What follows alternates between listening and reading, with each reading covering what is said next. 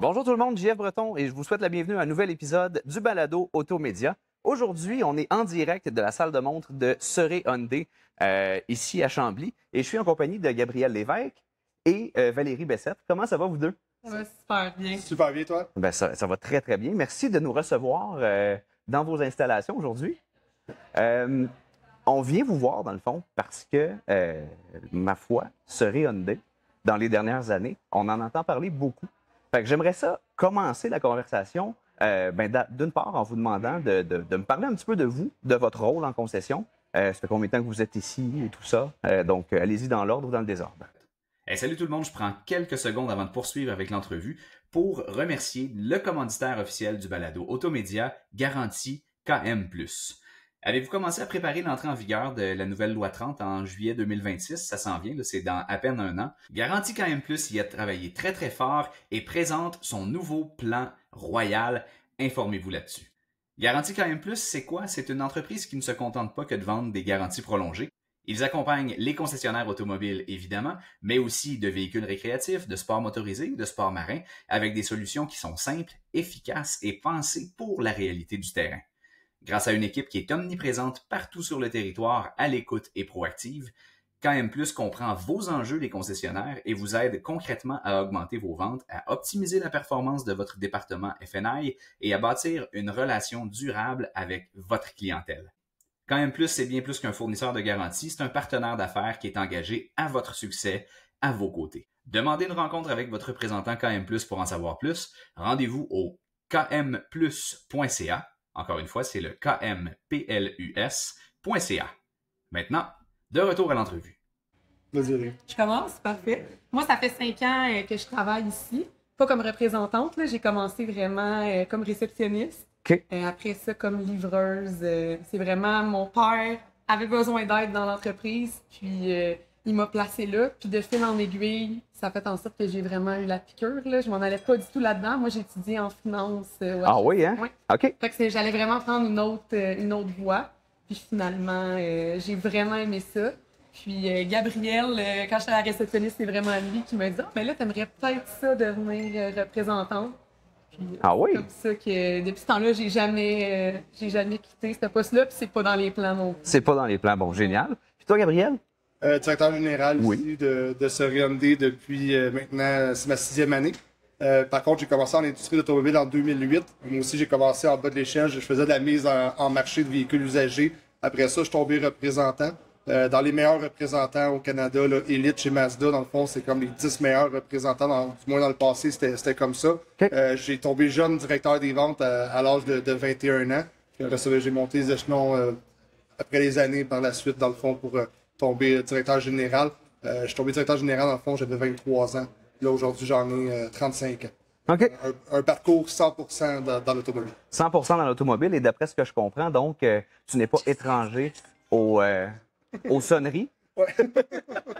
Et tu n'es pas étranger non plus, donc, aux trophées et aux top performances là, dans les manufacturiers où tu travailles. Ouais. Parce qu'on va en parler dans quelques instants, n'est-ce pas? Chez Serré, dans les dernières années, j'en parlais d'entrée de jeu. Là, d'ailleurs, vous êtes Dealer of the Year cette année. Oui. Donc, parmi les 100 meilleurs concessionnaires Hyundai dans le monde, il y en a 4 au Canada. Félicitations.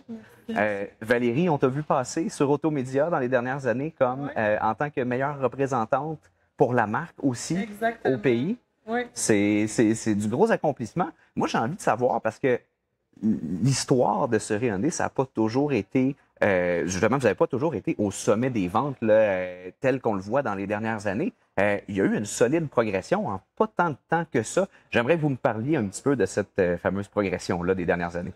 Bien, quand j'ai commencé dans le fond ici, la concession livrait approximativement 500 véhicules par année. Maintenant, aujourd'hui, on a une concession qui livre plus de 3000 autos par année. Donc, juste l'année passée, pour l'année 2024, c'est 1600 véhicules neufs qu'on a livrés et 1500 véhicules usagés.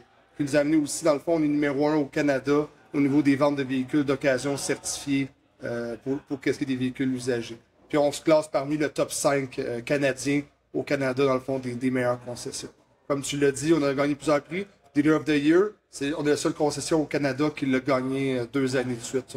Dans le monde, sur 5500 concessions, il y en a 100 qui ont été nommés dans le fond pour être dans les meilleures concessions dans le monde. Puis Serré Hyundai sort de ce lot. C'est quand même exceptionnel, là.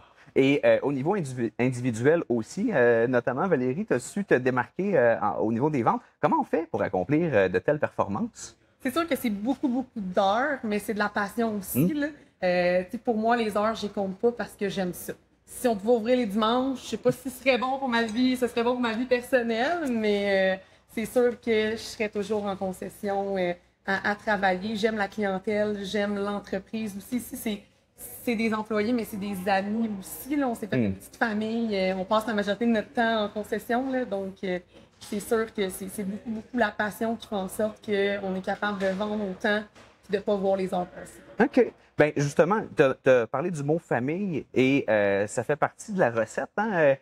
Au sens premier du terme, d'ailleurs. Là, on dit des fois au sens figuré que c'est comme une famille, mais ici, c'est littéralement une entreprise familiale. Exactement. La famille Bessette, justement, qui possède la concession. Qu'est-ce que ça a comme impact, ça, justement, d'être un concessionnaire unique et d'avoir cet esprit-là familial? Tu sais, ça fait quelques fois que je vais vous visiter. Là, à chaque fois qu'on met les pieds, justement, on voit les proprios en train de parler avec les clients. On sent c'est chaleureux. Il y a une effervescence tout le temps, partout. Il y a du monde qui rentre, qui sort, il y a de l'action. Qu'est-ce que ça a donc comme rôle, le fait que c'est un concessionnaire unique et familial? Je pense qu'on s'investit encore plus, là, dans le sens où des propriétaires qui sont là à chaque jour, qui viennent saluer les clients, qui les connaissent par leur nom, c'est pas commun. Là. Maintenant, c'est beaucoup, beaucoup focusé sur le volume. Fait que les clients ne sentent pas justement qu'ils sont importants dans la concession. Ici, c'est ça qui fait la différence. On a des clients qui viennent de la Rive-Nord, on a des clients qui viennent de partout, mais ici, ils se sentent chez eux. Même s'ils sont loin littéralement de la maison. Là. Ouais. Mais je pense que c'est ça qui fait un petit peu la différence. Puis en étant une entreprise familiale, on s'entoure aussi de gens qui nous ressemblent. Gabriel ne fait pas partie de la famille, mais c'est comme si c'était un membre de la famille. Là. Moi, je le considère pratiquement comme mon frère. Là. Fait que c'est vraiment tout le monde, on est vraiment, vraiment proches, on est vraiment, vraiment soudés. Puis ça paraît. Pour les clients, quand ils voient ça en rentrant dans la concession, c'est un commentaire qui ressort souvent. Ah oui, hein? 80% des gens, notre clientèle renouvelle un véhicule chez nous, fait qu'ils renouvellent avec ce rire. Fait que c'est plus qu'une personne, 3 personnes sur 4 dans le fond. Ouais. Qui a déjà acheté un véhicule ici, qui renouvelle. On a des clients qui sont déjà rendus à 6, 7, 8 véhicules avec nous. Ça, justement, tu sais, acquérir de la nouvelle clientèle, c'est difficile. Ouais. Mais la conserver, c'est aussi un enjeu, tu sais. Puis c'est quelque chose qui fait un gros impact justement sur la performance, je pense. C'est quoi les ingrédients justement qui font en sorte que les gens ont envie de rester? Tu sais, on parle de, c'est beau de faire du volume, c'est beau de faire des ventes, mais il faut aussi que les gens reviennent. Et ça, ben avec les chiffres que tu me dis là, vous avez compris comment faire. Fait qu'on fait comment pour garder sa clientèle, puis justement leur faire vivre, non seulement leur vendre un véhicule, mais leur faire vivre une expérience qui leur donne envie de revenir. La constance.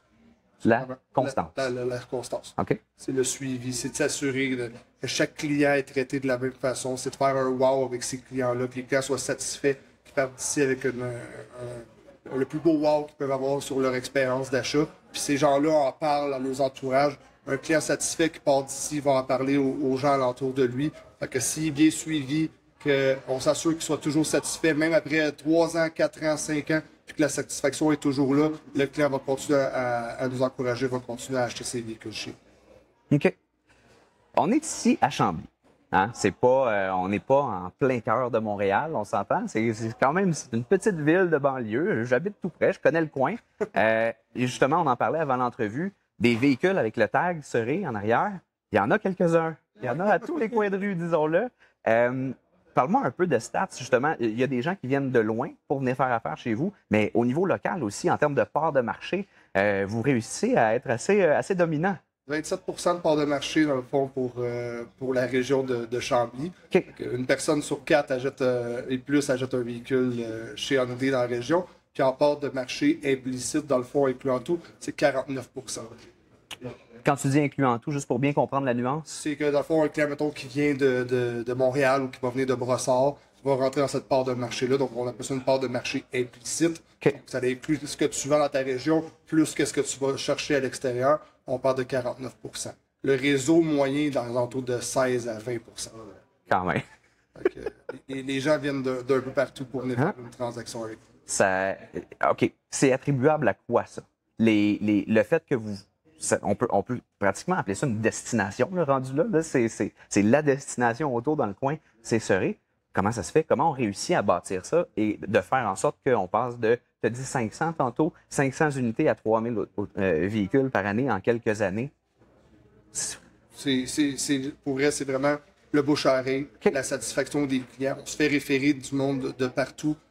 On est vraiment constant dans nos processus, nos appels téléphoniques. On a une BDC ici à l'interne, dans le fond, qui suit tout ce qui rentre. Donc, les fêtes d'anniversaire des clients, les suivis de lead web, les anniversaires de véhicules. Fait que le client est suivi. Si c'est besoin de venir à changer, il aurait besoin de quelque chose de différent, on est tout courant. On met énormément de notes aussi dans nos fiches. Nous, c'est pas juste la vente d'un auto. On s'intéresse aux clients. Puis l'information qu'ils nous donnent, on le prend en banque. Puis ça nous permet après ça, quand vient le temps de le rappeler, on fait pas juste parler de véhicule avec lui. On peut aussi parler de comment ça se passe avec son chien, son chat, parce qu'on garde ces informations-là. Fait que la relation vraiment que vous réussissez à établir avec la clientèle fait une grosse différence. Le CRM, pas juste un mal nécessaire qu'il faut remplir quand on y pense. Il est rempli, il est à jour, puis il y a du détail. Là. C'est exactement ça. Oui. C'est-tu difficile, ça, réussir à ce que justement l'équipe ait cette constance-là? Parce qu'on le sait, là, remplir le CRM, des fois, c'est la chose qu'on n'a pas tout le temps de faire, là, puis on laisse de côté, puis si on y pense, on le fait. C'est pas comme ça que ça se passe ici, là. Non. Okay. Les gens qu'on engage, les gens qui sont autour de Valérie le dit un petit peu tantôt, c'est des gens qui nous ressemblent aussi. C'est des gens qui veulent performer, c'est des gens qui veulent être les meilleurs dans le réseau. Fait que toute l'équipe au complet connaît la recette, sait qu'est-ce qu'on doit faire pour que ça puisse fonctionner. Puis tout le monde embarque là-dedans. OK. Si je peux rajouter, oui. C'est pas une tâche. Si tu dis, c'est un CRM, c'est quand même compliqué. Pour nous, des notes, c'est 1 minute, 2 minutes de plus, mais qui fait en sorte que à la fin de ça, ça nous sauve peut-être des heures et des heures de travailler des nouveaux clients. C'est beaucoup, beaucoup plus d'énergie qu'un client qui a confiance en nous, qu'un client qui est habitué de venir ici. Fait que ces petites minutes-là, en bout de ligne, c'est ça qui fait en sorte que c'est plus facile là, à long terme pour nous. Super intéressant. Je veux aussi, parce que récemment, vous avez tenu un lave-auto ici en concession. J'aimerais ça que vous me parliez de cet événement-là. Puis ensuite, en sous-question, plus largement, de la place de ce type d'événement-là, disons, dans les opérations d'un concessionnaire comme Suri. OK. Lave-auto qu'on a effectué, on a lavé au-dessus de 1200 véhicules durant 2 jours. On a juste à éviter la population, dans le fond, tous les gens qui étaient propriétaires d'une auto de venir faire laver leur auto gratuitement. Okay. C'est l'équipe, dans le fond, de l'Arsenal de Chambly, l'équipe de soccer, qui se sont occupés de laver les véhicules avec, bien sûr, une formation de notre équipe qui était ici. Puis nous, on remettait des dons, dans le fond, pour chaque véhicule qui venait chez nous, dans le fond, qui venait faire laver son auto. Puis on a ramassé pas loin de 7 900 $ de dons pour l'Arsenal avec tous les véhicules qui sont... Parce qu'on avait une entente avec eux, que chaque véhicule qui venait, on donnait un don pour l'auto qui passait. C'était pas nécessairement pour vendre des autos. Le but, c'était pas de faire une vente comme les ventes privées, c'est fait pour vendre des autos. Le but, c'était juste faire parler, montrer qu'on est une entreprise qui était impliquée, montrer qu'on est une entreprise familiale. Ça a fait une réussite, tout ce que le bouche à oreille, encore aujourd'hui, je vais à la banque, je vais au dépanneur, puis des gens m'en parlent encore, ils disent « Wow, c'était donc bien exceptionnel, merci d'avoir fait ça ». C'est pas juste nécessairement de faire des événements de vente privée qui font en sorte qu'on peut faire parler de nous dans le réseau. Ben puis justement, en fait, c'est drôle que tu parles de vente privée parce que justement, c'était le parallèle que je voulais faire.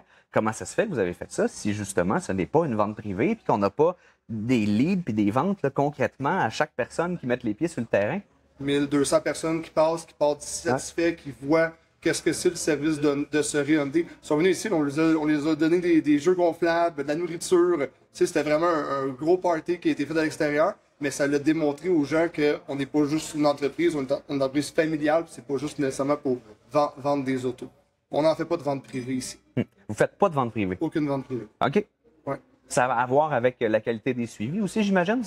Étant donné que tous nos clients sont suivis à la lettre, selon leur date de renouvellement, selon le type de financement qu'ils ont, bien, automatiquement, ils rentrent dans notre processus de vente. Ou ce que quand est le moment vraiment le plus opportun pour pouvoir changer leur véhicule, c'est à ce moment-là que le client rentre à des communications commencent avec le client. C'est très fort. C'est très, très fort. J'ai vu l'autre jour, je suis venu vous visiter et tu étais en train de faire littéralement une visite guidée à un autre concessionnaire Hyundai. Parle-moi de cet élément-là comme tel. Vous ouvrez les portes au reste du réseau pour leur montrer un peu les best practices et comment vous faites concrètement? Juste les concessionnaires Hyundai. Ouais, c'est ça. Oui, j'ai toujours été ouvert à ça. Je l'ai fait déjà avec quelques collègues, quelques amis, des concessionnaires qui aiment ça, des fois venir voir un peu nos meilleures pratiques, venir voir un peu comment on travaille. La recette de sucre à la crème, je ne l'ai jamais cachée à personne. Je l'ai toujours donnée à tout le monde. Moi, ça me fait plaisir en même temps. Ça peut les aider eux, après ça dans leur territoire, dans leur concession, à amener des meilleurs résultats. Mais ça fait encore plus briller la marque. C'est très, très cool. Et ça, est-ce que ça vient justement, est-ce que c'est à la demande? Est-ce que le manufacturier a eu un rôle à jouer là-dedans d'une certaine façon ou pas en tout? C'est entre concessionnaires, vous parlez? Puis, C'est une initiative de moi. OK. Très cool. Tu dirais que c'est quoi les principaux éléments ou les principaux commentaires que tu reçois à la suite de ce type de visite-là? Y a-tu des éléments en particulier que tes collègues dans d'autres concessionnaires font comme OK, j'avais pas pensé à ça ou c'est pas comme ça qu'on faisait ça, mais je risque de le changer? Y a-tu certains éléments qui sont plus. Ben, je pense que tout le monde qui est passé ou qui est venu voir ou qui a vu la façon qu'on a travaillé est parti avec des idées pour changer un peu les processus de vente.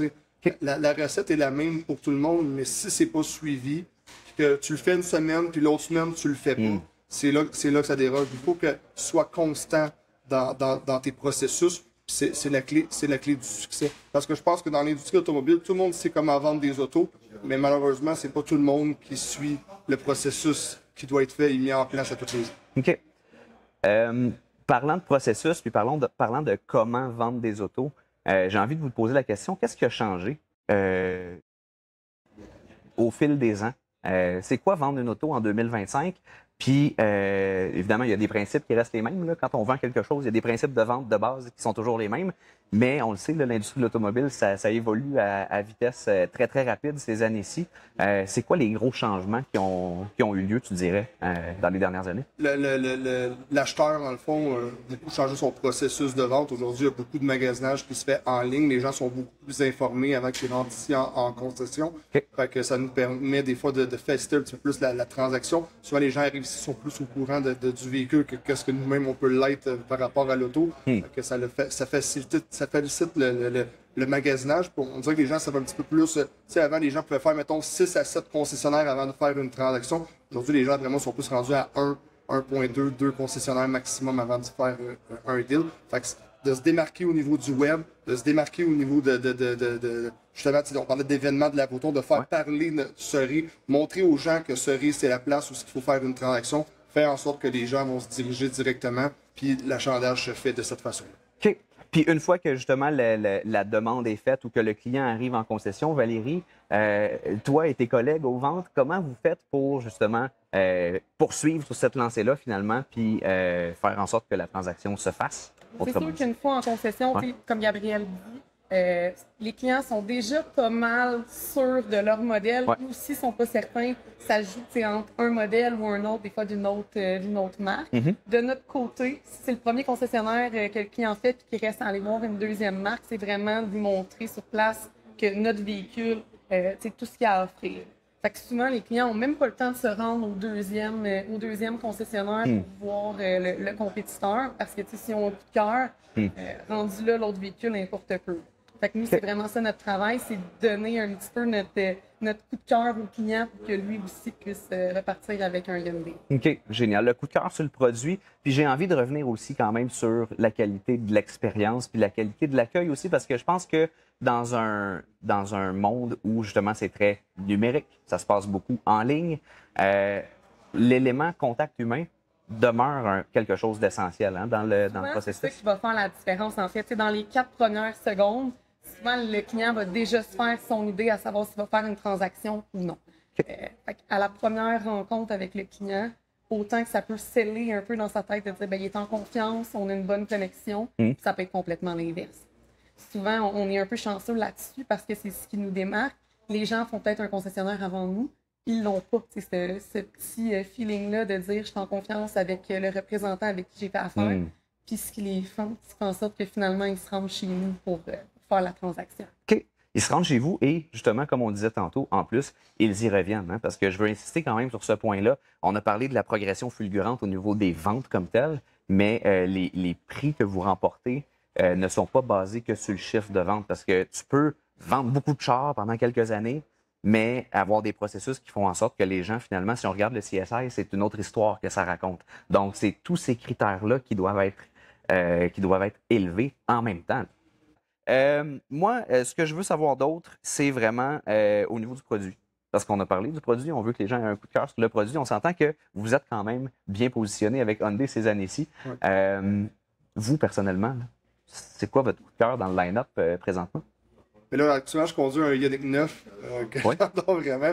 Il vient d'arriver. Nos modèles, c'est les premiers qui rentrent, mais j'ai vu la marque avancer au cours des années. C'est juste incroyable ce qu'on est rendu aujourd'hui. OK. Valérie? Mais pour ma part, Oui. c'était pas ça il y a quelques semaines, mais depuis qu'on a reçu le Ioniq 9, pour l'avoir essayé moi aussi, c'est vraiment une petite catégorie. Ah oui, hein? Il a ravi ton cœur. Ben, pas juste mon cœur. Je n'ai un que ça arrive aussi. C'était quoi ton coup de cœur précédent? Ben, je conduisais le Ioniq 5, OK. que j'ai beaucoup aimé, Palisade aussi. Mais là, on dirait que le Ioniq 9, c'est tout ensemble. C'est Ils ont tout. vraiment combiné, là, tu sais, en étant électrique, c'est sûr que c'est une conduite qui est plus silencieuse, qui est plus confortable, mais aussi avec le côté plus luxueux du Palisade, qui est notre gros modèle chez Hyundai. C'est vraiment comme un ensemble de tout ça. C'est sûr que selon moi, c'est un produit qui va être vraiment très, très bon. Ah oui, hein? La réponse de la clientèle est déjà intéressante à ce niveau-là, ouais? Mais on est chanceux hein, chez Hyundai. Il n'y a pas tu sais, certains manufacturiers, des fois, tu as un modèle qui marche un peu moins bien que l'autre. Chez Hyundai, tous les modèles fonctionnent, tout se vend super, super bien.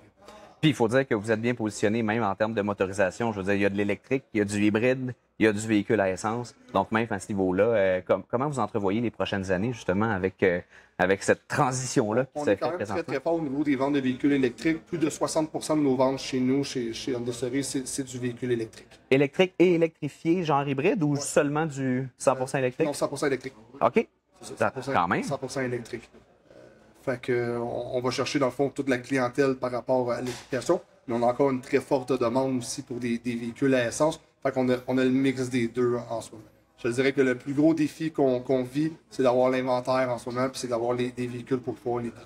OK. C'est vraiment ça. La demande est tellement forte que on fait des mois de 200 ventes, mais on pourrait faire des mois de 300, 350 ventes juste à combler nos commandes vendues qu'on Ah a, oui, hein? de clients qui attendent. On a des bons clients, on a des clients qui sont patients, ou même on s'est adapté, on sait, mettons qu'un certain trim de véhicule, ça prend au-dessus de 6 mois, 1 an à avoir. On prépare déjà le client d'avance à le remettre en liste pour se préparer à son prochain changement de véhicule.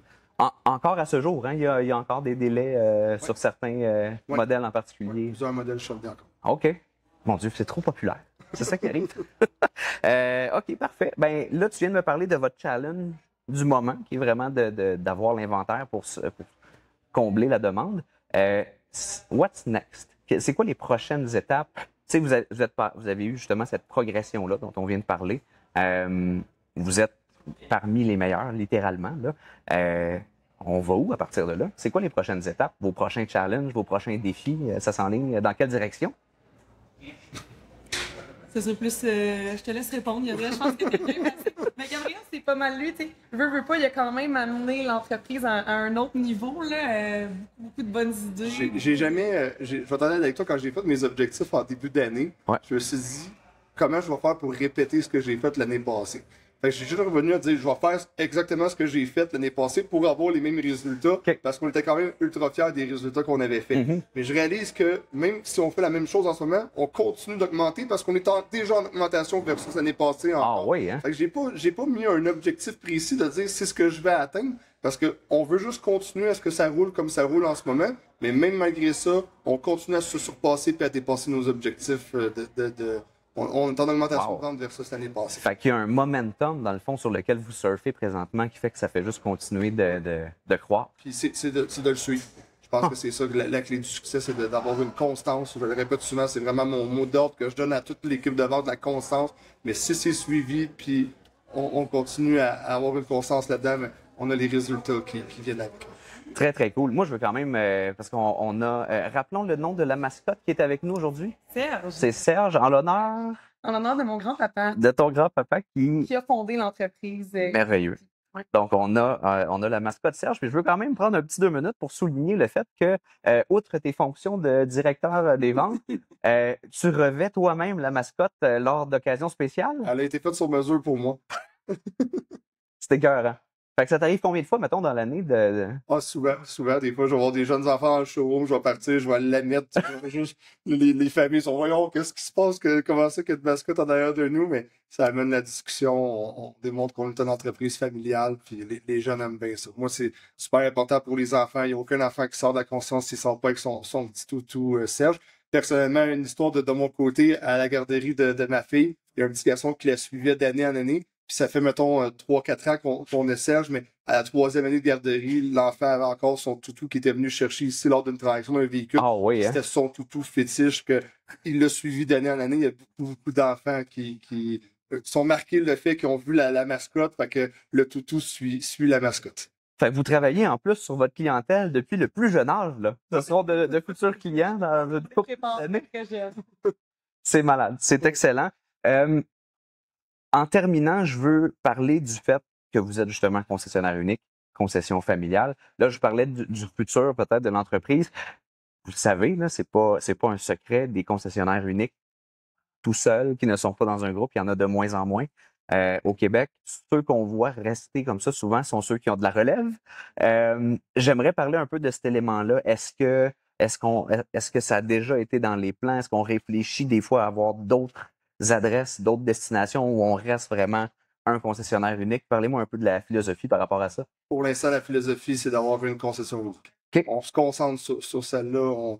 On met nos projets, tout notre temps dans cette concession-là, puis on va chercher les résultats qu'on est capable d'aller chercher. Je pense que c'est important. Je ne veux pas dire que les concessions de groupe, des fois, c'est un petit peu plus difficile à suivre, mais par expérience, pour déjà avoir travaillé sur des groupes, c'est pas la même chose de travailler dans un concessionnaire de groupe puis travailler dans un concessionnaire unique où ce que les propriétaires sont ici sur place, sont capables de saluer leur clientèle, sont capables d'être avec leurs gens. Ben justement, parlons de la famille. Il y a plusieurs membres de la famille qui font partie de l'équipe Serré. Hein? Est-ce qu'on peut les lister rapidement? Oui, ben c'est ça. Dans le fond, il y a mon père qui est propriétaire ici. Éric, j'ai ma tante Annie également là, qui est copropriétaire avec son frère Sylvain. Fait que sont 3, dans le fond, dans l'entreprise propriétaire. J'ai également mes 2 frères. Oui. Donc, Anthony, là, qui est directeur des véhicules d'occasion, qui est dans l'entreprise. Puis Jérémy aussi, qui est directeur du service à la clientèle. Okay. Fait qu'on a vraiment toute la famille là, qui est... Une belle représentativité au niveau de la de la 3e génération, en fait, déjà. Est-ce que c'est toi la dernière à t'être... Parce que tu disais tantôt que au début, tu t'enlignais pas nécessairement pour faire carrière dans l'automobile. Est-ce que c'était le cas pour tout le monde ou est-ce que mettons, tes frères étaient déjà mindés à vouloir faire partie de l'entreprise? J'ai un de frères qui était vraiment... Ça a toujours été, je pense, depuis son plus jeune âge, c'était dans les projets là, d'être... l'automobile, ça l'a toujours passionné, c'était vraiment dans ses projets. J'ai quand même été la première à me joindre à l'équipe. Je suis l'aînée de la famille. Ah bon, voilà. J'ai quand même été la première de ce côté-là. Mais c'est sûr que moi, de mon côté, c'était moins prévu ce tournant-là, mais je suis très, très contente de ça. Fait qu'on peut penser que la relève est assurée, du moins pour la prochaine génération chez Serré. Génial. Ben écoutez, moi, ça fait le tour de mes questions. Je veux vous remercier de nous avoir reçus chez vous en concession, chez Serré Hyundai. Merci à toi. Qu'est-ce qu'on peut vous souhaiter pour la suite? Je pense que c'est vraiment que ça continue, que les gens continuent de parler de nous, puis que de notre côté, on continue à délivrer la même chose, là, donner le même service aux clients pour qu'ils puissent continuer à être satisfaits. Gabriel, un mot de la fin? Ça va plus dire, c'est bien dit, mais c'est sûr qu'on veut une belle continuité. On veut que les gens continuent à référer Serré Hyundai en étant le meilleur concessionnaire au monde. Génial. Ben, bonne continuation. Et on a hâte de reparler des performances de 2025 l'année prochaine. Bonne journée. Merci.